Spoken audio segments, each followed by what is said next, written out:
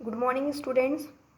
NA में आज हम 4th यूनिट स्टार्ट करने जा रहे हैं, जिसमें चैप्टर 9 और चैप्टर 10 है। चैप्टर 9 रैखिक बीजीय समीकरणों के निकाय का हल, solution of A system of linear algebraic equation, and chapter 10 है साधारण अवकल समीकरणों के संख्यात्मक हल, numerical solution of ordinary differential equations. ये यूनिट हमारे प्रैक्टिकल और थ्योरी दोनों में है। तो चैप्टर 9 रैखिक बीजीय समीकरणों के निकाय का हल पढ़ेंगे। तो सबसे पहले हम देखते हैं कि रैखिक बीजीय समीकरणों का निकाय होता क्या है। तो स्टार्ट करते हैं। System of linear algebraic equations. माना x1, x2, x3 and so on xn n अज्ञात राशियों में n रैखिक समीकरणों का निकाय निम्न प्रकार से है। इसमें x1, x2, x3 हैं, n अज्ञात राशियाँ हैं और n इक्वेशन हैं, उनका निकाय दिया हुआ है। इक्वेशन नंबर 1 है, इसमें इक्वेशन है a11x1 plus a12x2 plus a1ixi plus and so on a1nxn। दूसरी समीकरण है a21x1 plus a22x2 plus and so on plus a2ixi plus and so on a2nxn equal to b2। ऐसे ये iवी समीकरण है और ये nवी समीकरण है, जहाँ a11, a12, a1i, a1n, a21, a22, a2i, a2n और an1, an2, ani, ann इसको डिनोट किया गया है aij से, और b1, b2, bi, bn को डिनोट किया गया है bj से। वह aij तथा bj अचर राशियां हैं। समीकरण निकाय, जिसे हमने समीकरण 1 से डिनोट किया है, को मैट्रिक्स रूप में निम्न प्रकार लिखा जा सकता है। जो हमारे पास अचर राशियां थी उनको एक मैट्रिक्स फॉर्म में लिख दिया, और इसके गुणांक a11, a12 है, a1i है, a1n, ऐसे सभी n समीकरणों के लिए ये गुणांक हैं, ये इसकी मैट्रिक्स बना दी। और अज्ञात राशियां हैं, उनको भी मैट्रिक्स फॉर्म में लिख दिया है। इनको हमने मैट्रिक्स फॉर्म में लिख दिया है, तो ये इसको नाम दे दिया हमने समीकरण 2, या ax इक्वल टू b। ये हो गई समीकरण 3, where a equal to matrix aij, order है n क्रॉस n। यहाँ मैट्रिक्स A है, जो aij है, a11, a12 इनको एंट्रीज हैं, इनको लिखा है। और इस मैट्रिक्स का ऑर्डर क्या है, n क्रॉस n, जहाँ फर्स्ट एंट्री है वो डिनोट करती है number of rose, second entry है वो डिनोट करती है नंबर ऑफ कॉलम्स। तो मैट्रिक्स A है, इसमें n रो, n पंक्तियाँ हैं, n कॉलम, n स्तंभ हैं। और x equal to matrix xi n cross 1। तो यहाँ xi क्या है, x1, x2, xi xn है, n क्या है, नंबर ऑफ रोज, इसमें पंक्तियाँ कितनी हैं, n है, और कॉलम क्या है, 1 है। और b क्या है, b equal to matrix bi, order है n क्रॉस 1 का। तो b1, b2, bi, bn, ये bi को डिनोट किया है।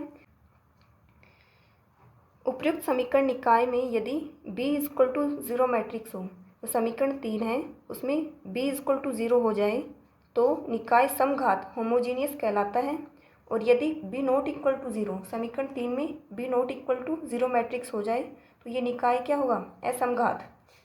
तो निकाय असमघात नॉन होमोजीनियस कहलाता है। समीकरण 3 में b 0 होगा तब तो ये समघात होगा होमोजीनियस, और b नॉट इक्वल टू 0 तो ये असमघात होगा।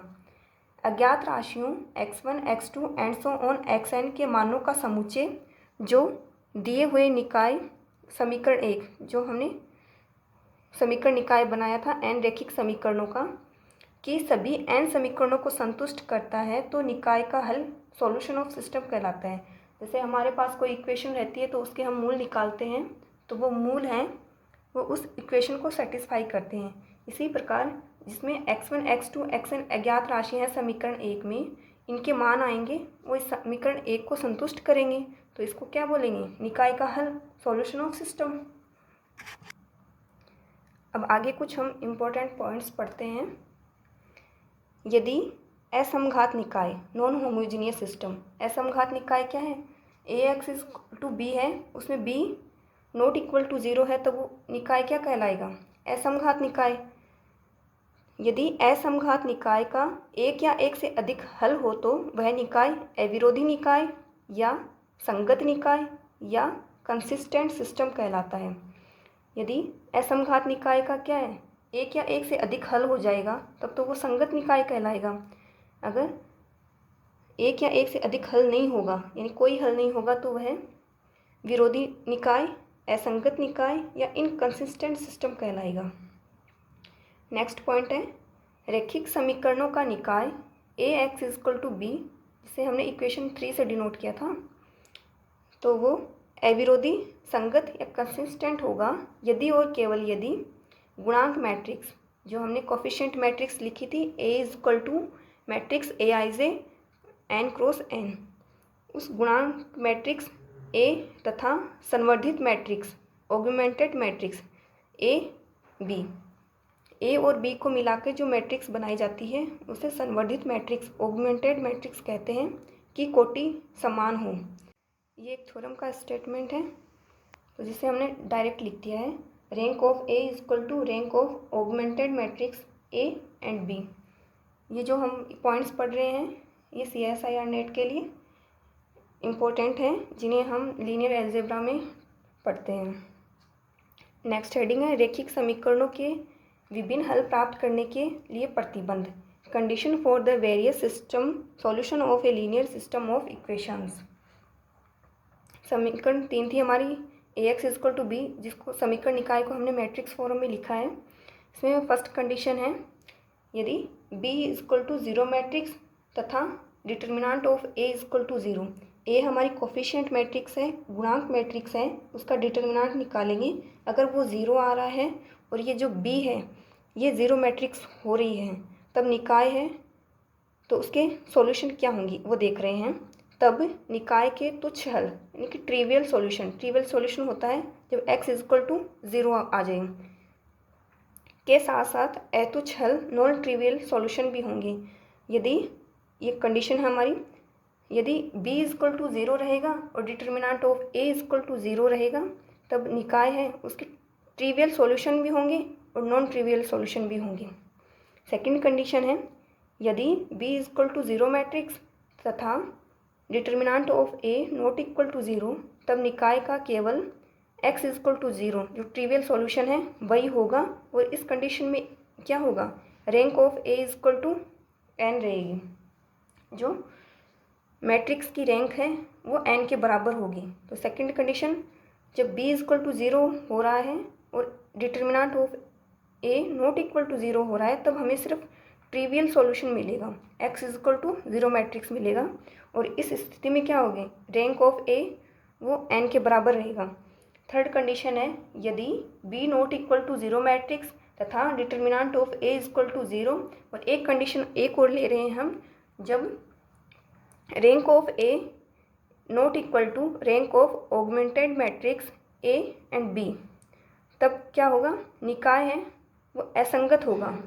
असंगत निकाय क्या होता है, जिसके एक या एक से अधिक हल नहीं हो, तो वो क्या होता है, असंगत निकाय।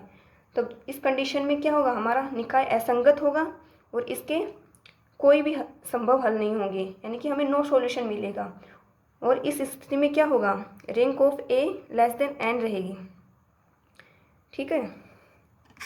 अब फोर्थ कंडीशन है यदि b नॉट इक्वल टू 0 तथा determinant of A is equal to 0, और जो थर्ड कंडीशन में नॉट इक्वल टू लिया था उसे हम इक्वल्स टू लेके चल रहे हैं, rank of A is equal to rank of augmented matrix A and B, तब निकाय कैसा होगा, संगत निकाय होगा। संगत निकाय वो निकाय जिसके एक या एक से अधिक सॉल्यूशन होते हैं, संगत निकाय होता है। तो इस स्थिति में निकाय संगत होगा और rank of A less than n ही रहेगा और इसके इनफाइनाइट सॉल्यूशन होंगे, इसके अनंत हल संभव हैं। जब नॉट इक्वल टू है तब तो निकाय असंगत हो रहा है और condition rank of A less than n हो रही है और इसके नो सॉल्यूशन मिलेंगे। और फोर्थ कंडीशन में जब इक्वल हैं, रैंक ऑफ ए इक्वल है rank of augmented matrix A and B के, तब निकाय तो संगत मिलेगा और कंडीशन ये दोनों में सेम रहेगी, लेकिन इसके इनफाइनाइट सॉल्यूशन मिलेंगे। फिफ्थ कंडीशन है यदि B not equal to zero matrix तथा A not equal to determinant of A not equal to zero, तब निकाय का अद्वितीय हल होगा और इस स्थिति में rank of A is equal to rank of augmented matrix A and B is equal to N रहेगा। यानी कि जब दोनों नॉट इक्वल टू जीरो हो तब हमें यूनिक सॉल्यूशन मिलेगा और ऑगमेंटेड मैट्रिक्स और मैट्रिक्स ए दोनों की रैंक है वो क्या रहेगी, समान रहेगी। तो फर्स्ट, सेकंड और फिफ्थ कंडीशन में जब इसमें B is equal to zero ले रहे हैं, सेकंड में B is equal to zero ले रहे हैं और पांचवी कंडीशन है इसमें B not equal to zero रहेगा और determinant of A is equal to zero है, इसमें नॉट इक्वल टू ज़ीरो ले रहे हैं और determinant of A not equal to zero है। जब दोनों ज़ीरो हों तब तो ट्रिवियल सॉल्यूशन और नॉन ट्रिवियल सॉल्यूशन दोनों मिलेंगे। जब बी ज़ीरो है और determinant of A not equal to zero, तब हमें सिर्फ ट्रिवियल सॉल्यूशन मिलेगा और रैंक है ए की वो एन की इक्वल रहेगी। और फिफ्थ कंडीशन में जब B not equal to zero है और A not equal to determinant of A not equal to zero है, तब निकाय है उसका यूनिक सॉल्यूशन होगा और मैट्रिक्स ए की रैंक और matrix augmented matrix A and B की रैंक है वो एन रहेगी। और थर्ड और फोर्थ कंडीशन में जिसमें B not equal to zero है और determinant A is equal to zero है, और इसमें एक कंडीशन और साथ में लेके चल रहे हैं, जब rank of A not equal to rank of augmented matrix A and B और rank of A is equal to rank of B, तब इसके लिए नॉट इक्वल टू के लिए निकाय वो असंगत मिलेगा और नो सॉल्यूशन मिलेगा। और फोर्थ कंडीशन में जब इक्वल्स टू रहेंगे तब निकाय तो संगत मिलेगा और इस स्थिति में सॉल्यूशन क्या मिलेंगे, इनफाइनाइट। और एक कंडीशन दोनों के लिए सेम होगी, rank of A less than रहेगी एन से। इस यूनिट में हमें रैखिक समीकरणों के निकाय के हल निकालने हैं, ना कि प्रतिबंध देखने हैं। तो ये हमारे ये जो अभी प्रतिबंध पढ़े हैं वो आगे के लिए इम्पोर्टेंट है। नेक्स्ट टॉपिक है हमारा रैखिक समीकरणों के संगत निकाय को हल करने की विधियाँ। इस यूनिट में हम रैखिक समीकरणों के संगत निकाय को हल करने के मेथड्स पढ़ रहे हैं। तो methods of solution of A system of consistent linear equation, जो हमने संगत निकाय हैं उनके लिए हम मेथड्स देख रहे हैं। संगत निकाय के हल प्राप्त करने की विधियों को दो भागों में विभाजित किया गया है। पहली विधि है सीधी विधि, डायरेक्ट मेथड, और दूसरी विधि है पुनरावर्ती विधि, इटरेशन मेथड। सीधी विधि में हम पढ़ेंगे गॉस उत्तरोत्तर विलोपन विधि, गॉस सक्सेसिव एलिमिनेशन मेथड।